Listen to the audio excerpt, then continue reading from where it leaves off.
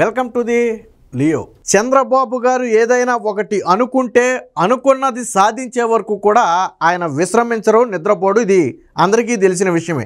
ఇప్పుడు ఎందుకు మాట్లాడుకోవాల్సి వస్తుందంటే, గతంలో సింగపూర్తో ఆంధ్రప్రదేశ్కి చాలా బలమైన బంధాలు ఉన్నాయి. మనకు ఆ ప్లాన్ ఇవ్వటంతో పాటు అక్కడ సిఆర్డిఏ ఏదైతే కొంత డెవలప్మెంట్ ఏరియా ఉందో దానికోసం సింగపూర్ కన్సల్టియం కూడా స్వయంగా రావటం, వాళ్ళు టెండర్లు తగ్గించుకోవడం, ఇవన్నీ మనకు తెలిసిందే. తర్వాత జగన్మోహన్ రెడ్డి వచ్చిన తర్వాత వారిని లంచం డిమాండ్ చేసి దాదాపుగా 143 కోట్ల రూపాయలు అడ్వాన్స్ అడిగాడు అనేది ఇప్పుడు చెబుతున్నటువంటి మాట.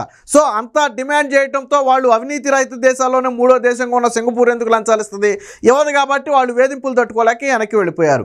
తర్వాత చంద్రబాబు గారు ముఖ్యమంత్రి అయిన తర్వాత ఇదే సింగపూర్తో కొన్ని ప్రత్యుత్తరాలు జరిపారు. అంటే మెయిల్స్ ద్వారా కావచ్చు, కాల్స్ ద్వారా కావచ్చు, మొత్తానికి సింగపూర్ ప్రభుత్వంతో మళ్ళీ పాత సంబంధాలు కొనసాగించడం కోసం ప్రయత్నాలు జరిపితే వాళ్ళు పెద్దగా రెస్పాండ్ అవ్వాల. ఎందుకనంటే వాళ్ళలో ఒక భయం ఉంది. ఇప్పుడు చంద్రబాబు గారు మంచి వ్యక్తి, రమ్మన్నాడు, బాగానే ఉంది. మళ్ళీ 4 ఏళ్ళు పోతే మళ్ళీ జగన్మోహన్ రెడ్డి వస్తే మళ్ళీ మనకి పాత పరిస్థితులు ఎదురవుతాయి, మనకెందుకు వచ్చిన తలనొప్పి అనుకున్నారో ఏమో కానీ వాళ్ళు పెద్దగా రెస్పాండ్ అవ్వాల. బట్ చంద్రబాబు గారు వదిలిపెట్టారంటే వదిలిపెట్టలా. వాళ్ళు రెస్పాండ్ అవ్వట్లేదు కాబట్టి స్వయంగా నేనే వెళ్ళి వాళ్ళతో మాట్లాడి ఒప్పించి తీసుకువచ్చే ప్రయత్నం చేస్తాను. అందుకోసమే సింగపూర్ వెళ్తున్నాము. ఒకే సమయంలో ఇటు పెట్టుబడుల ఆకర్షణ, రెండవది అమరావతి డెవలప్మెంట్లో వాళ్ళ సహాయ సహకారాలు తీసుకోవటం, ఈ రెండు కూడా సాధించడం కోసమే నేను సింగపూర్ వెళ్తున్నానని ఆయన వెళ్ళడానికి ముందే చెప్పాడు. మీడియా సమావేశం పెట్టి చంద్రబాబు గారు చెప్పారు. చంద్రబాబు గారు అనుకున్నది సాధించారు. నిన్న మొన్నటి వరకు మొండిగా రావటానికి ఇష్టపడని సింగపూర్ ప్రభుత్వం ఇప్పుడు ఆంధ్రప్రదేశ్తో కలిసి పని చేయటానికి ముందుకు వచ్చింది. ఆ రకంగా చంద్రబాబు గారు వారిని ఒప్పించి మెప్పించి ఆంధ్రప్రదేశ్లోని పలు ప్రాజెక్టులో సింగపూర్ ఇన్వాల్వ్ అవడానికి, వాళ్ళు పెట్టుబడులు పెట్టడానికి ఒప్పుకోవడం అయితే జరిగింది. ఖచ్చితంగా ఇది ఆంధ్రప్రదేశ్కి శుభపరిణామం అని చెప్పొచ్చు. ఎందుకంటే జగన్మోహన్ రెడ్డి లాంటి వ్యక్తి 3 రాజధానుల పేరుతో ఏదీ డెవలప్ చేయకపోగా ఋషికొండ మీద గుండు కొట్టేసి తాను ప్యాలెస్లు కట్టుకున్నాడు. బట్ ఇక్కడ చంద్రబాబు గారు తన కోసమో, తన కుటుంబం కోసమో, లేదా ఎవరి వ్యక్తిగత లాభాల కోసమో ఈ సింగపూర్ పర్యటన చేయలా. గతంలో జగన్మోహన్ రెడ్డి లండన్ పర్యటన చేస్తే కూతుళ్ళ కోసం చేసేవాడు. బట్ చంద్రబాబు గారు సింగపూర్ పర్యటన తన ఫ్యామిలీ కోసమో, మనవాళ్ళ కోసమో చేయలా, రాష్ట్ర అభివృద్ధి కోసం చేశారు. అది కూడా ఏంటి, సింగపూర్ ప్రభుత్వం స్పందించకపోతే సరే వెళ్ళి మాట్లాడైనా ఒప్పిద్దామనే ఒక లక్ష్యంతో వెళ్ళారు, అనుకున్న సాధించారు. నిన్న సింగపూర్ మంత్రి స్వయంగా తన సోషల్ మీడియా అకౌంట్ ద్వారా ఆయనే చెప్పారు, ఆంధ్రప్రదేశ్తో కలిసి పనిచేయడానికి మళ్ళీ మేము సిద్ధంగా ఉన్నామని చెప్పారు. ఇదే కోవలో కొన్ని పాత జ్ఞాపకాలను కూడా గుర్తు తెచ్చుకున్నారు. 2014 నుంచి 19 వరకు మేము ఆంధ్రప్రదేశ్కి మాస్టర్ ప్లాన్ ఇచ్చాము, అలాగే సింగపూర్ కన్సల్టియం కొన్ని కాంట్రాక్టులు కూడా దక్కించుకుని ఆంధ్రప్రదేశ్లో పనులు ప్రారంభించింది. బట్ తరువాత రాజకీయ కారణాలతో వాళ్ళు అక్కడ ఇమ్మడలేక వెనకైతే వచ్చేయడం జరిగిందని చెప్పి కొండ బద్దలు కొట్టినట్టుగా ఆ పాత మెమరీస్ అన్ని కూడా గుర్తు చేసుకున్నారు. అయితే చంద్రబాబుకు హామీ ఇచ్చారు, భవిష్యత్తులో మీకు గతంలో ఎదురైన పరిస్థితులు ఎదురవ్వవు, నాది హామీ. జగన్మోహన్ రెడ్డి మళ్ళీ గెలిచి ముఖ్యమంత్రి అయ్యే పరిస్థితి లేదు. ఆంధ్ర ప్రజలు జగన్మోహన్ రెడ్డి లాంటి వ్యక్తిని నమ్మరు, కాబట్టి మీరు ధైర్యంగా వచ్చి పెట్టుబడులు పెట్టండి, అలాగే ఆంధ్రప్రదేశ్ డెవలప్మెంట్లో మీరు కూడా సహాయ సహకారాలు అందించాలని చెప్పి అక్కడ సింగపూర్ మంత్రిని కోరితే ఆయన సానుకూలంగా స్పందించి కొన్ని ప్రాజెక్టుల్లో కలిసి పనిచేయడానికి మేము ఇంట్రెస్ట్గానే ఉన్నాం, మీరు ఎక్కడ దాకా వచ్చారు కాబట్టి ఇంతలా అడుగుతున్నారు కాబట్టి ఒక చంద్రబాబు గారికే విజనరీ లీడర్ అని పేరు.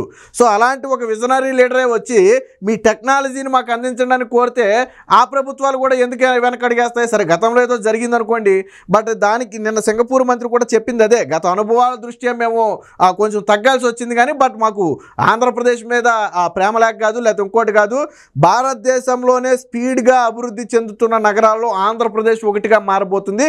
సో మాకు ఆ నమ్మకం ఉందని చెప్పి నిన్న సింగపూర్ మంత్రి అయితే చెప్పడం జరిగింది.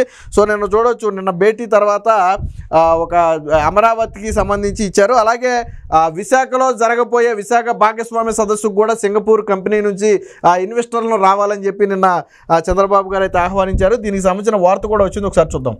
పెట్టుబడులకు మాది పూచి, ఆంధ్ర సింగపూర్ బిజినెస్ ఫోరం భేటీలో చంద్రబాబు భరోసా, పెట్టుబడి అవకాశాలపై పవర్ పాయింట్ ప్రజెంటేషన్, నవంబర్లో విశాఖ భాగస్వామ్య సదస్సుకు రండి, పెట్టుబడులే కాదు పేదలకు సాయం చేయండి, పేద ధనిక అంతరంగం తగ్గించడానికే P4 మోడల్, త్వరలో ఏపీ సింగపూర్ స్టార్టప్ ఫెస్టివల్, రాష్ట్రంలో పెట్టుబడులకు ఆకాశమే హద్దు, నైపుణ్యం ఉన్న వర్క్ ఫోర్స్ను సిద్ధం చేస్తాం, ఏపీలో 6 పోర్టులు ఎయిర్పోర్ట్లు ప్రస్తుతానికి, సో త్వరలో అందుబాటులోకి మరొక 4 పోర్టులు, ఇంకొక 9 గ్రీన్ ఫీల్డ్ విమానాశ్రయాలు కూడా. అంటే ఆంధ్రప్రదేశ్లో మీరు పెట్టుబడులు పెట్టడానికి కానివ్వండి, ఇతర అంశాల్లో కానివ్వండి ఎటువంటి లోటు లేకుండా చూసుకునే బాధ్యత మాది అని చెప్పి నిన్న చంద్రబాబు గారు ఒక హామీ ఇచ్చారు.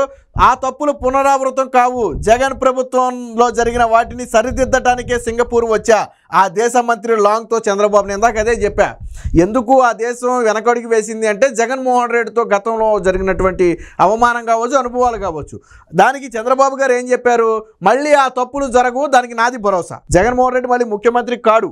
జగన్ ప్రభుత్వంలో జరిగిన వాటిని సరిదిద్దటానికే, ఆ రోజు జరిగిన దాన్ని నేను సరిదిద్దటానికే ఇక్కడ దాకా నేను వచ్చానని చెప్పి ఆ మంత్రితో అయితే చెప్పడం జరిగింది. దీనికి సంబంధించిన వార్త కూడా వచ్చింది, చూద్దాం. ఇదిగో చూడండి, ఆ తప్పులు ఇక జరగవు, జగన్ ప్రభుత్వంలో జరిగిన వాటిని సరిదిద్దడానికే సింగపూర్ వచ్చా, మాకు మీ సహకారం కావాలి, గ్రీన్ ఎనర్జీ డేటా సెంటర్లకు సహకరించండి. ఆ దేశ మంత్రి లాంగ్తో చంద్రబాబు. అలాగే హౌసింగ్, సబ్సీ కేబుల్ రంగాల్లో కలిసి పనిచేయడానికి సంసిద్ధంగా ఉన్నామని ప్రకటించినటువంటి సింగపూరు ప్రభుత్వం. సింగపూర్తో గత వైసీపీ ప్రభుత్వంలో జగన్ చేసిన తప్పులను పునరావృతం కానివ్వబోమని ముఖ్యమంత్రి చంద్రబాబు పేర్కొన్నారు. జగన్ హయాంలో జరిగిన తప్పులను సరిదిద్దేందుకే తమ బృందం సింగపూర్కు వచ్చిందని స్పష్టం చేశారు. గ్రీన్ ఎనర్జీ రంగం, డేటా సెంటర్ల ఏర్పాటులో సింగపూర్ సహకారాన్ని కోరారు. సింగపూర్ పర్యటనలో భాగంగా రెండో రోజు సోమవారం ఆ దేశ విద్యుత్ శాస్త్ర సాంకేతిక శాఖ మంత్రి అయినటువంటి టాన్ సి లాంగ్తో ప్రభుత్వ ప్రతినిధుల బృందం అయితే ముఖ్యమంత్రి సమావేశం నిర్వహించారు. సో దాని సమావేశానికి సంబంధించిన ఫోటోలను అయితే చూడొచ్చు. ఏపీతో కలిసి పనిచేస్తాం, సింగపూర్ గృహ నిర్మాణం, సబ్సీ కేబుల్ రంగాలలో ఏపీతో కలిసి పనిచేసేందుకు సిద్ధంగా ఉన్నామని సింగపూర్ ప్రకటించింది. రాష్ట్రంలో ఈ రంగాల్లో చేపట్టే అభివృద్ధి పనుల్లో భాగస్వామ్యం అవుతామని ముఖ్యమంత్రి చంద్రబాబుకు సింగపూర్ మంత్రి టాన్ సి లాంగ్ స్పష్టం చేశారు. గ్రీన్ ఎనర్జీ రంగంలో ప్రపంచ బ్యాంకుతో కలిసి పనిచేస్తున్నామని వెల్లడించారు. గతంలో హైదరాబాద్ వచ్చినప్పుడు చంద్రబాబు గారితో కలిసి చర్చించిన విషయాలపై లాంగ్ ఈ సందర్భంగా గుర్తు చేశారు. ఈ సమావేశంలో ఇతర మంత్రులు కూడా పాల్గొంటే గతంలో హైదరాబాద్ లో ఒకప్పుడు చంద్రబాబు గారిని కలిసినప్పుడు జరిగినటువంటి ఘటనలు కూడా ఈ రోజైతే మొన్నైతే గుర్తు చేసుకోవడం జరిగింది. మొత్తంగా ఒక విషయం స్పష్టంగా అర్థమైంది, జగన్మోహన్ రెడ్డి వేధింపులకే సింగపూర్ ప్రభుత్వం బారిపోయింది. ఏదైతే గతంలో సింగపూర్ కన్సల్టియం ఏదైతే పనులు చేయడానికి వచ్చినటువంటి సింగపూర్ కన్సల్టియం ఉందో దానిని 143 కోట్ల రూపాయలు అడ్వాన్స్ అడిగిన నేపథ్యంలోనే వాళ్ళు లంచాలు ఇవ్వటానికి ఇష్టం లేక వెళ్ళిపోయారు. ఆ రోజు జగన్మోహన్ రెడ్డి వాళ్ళని తరిమేయటం కోసం చేయని ప్రయత్నం అంటూ లేదు. ఎందుకంటే అప్పటికే జగన్మోహన్ రెడ్డి మనసులో 3 రాజధానుల ఆలోచన ఉంది కావచ్చు. బహుశా లేదా అమరావతిలో 1 సెంటు కూడా ఆక్రమించుకోవడానికి అవకాశం లేకుండా చంద్రబాబు గారు పకడ్బందీ CRDA చట్టం చేశారు కాబట్టి ఇక ఇక్కడ వృధా అనుకున్నాడో తెలియదు. కానీ ఆ రోజు అడ్డంగా ఉన్న సింగపూర్ కన్సల్టియంని తప్పించడానికి విశ్వ ప్రయత్నం చేశాడు.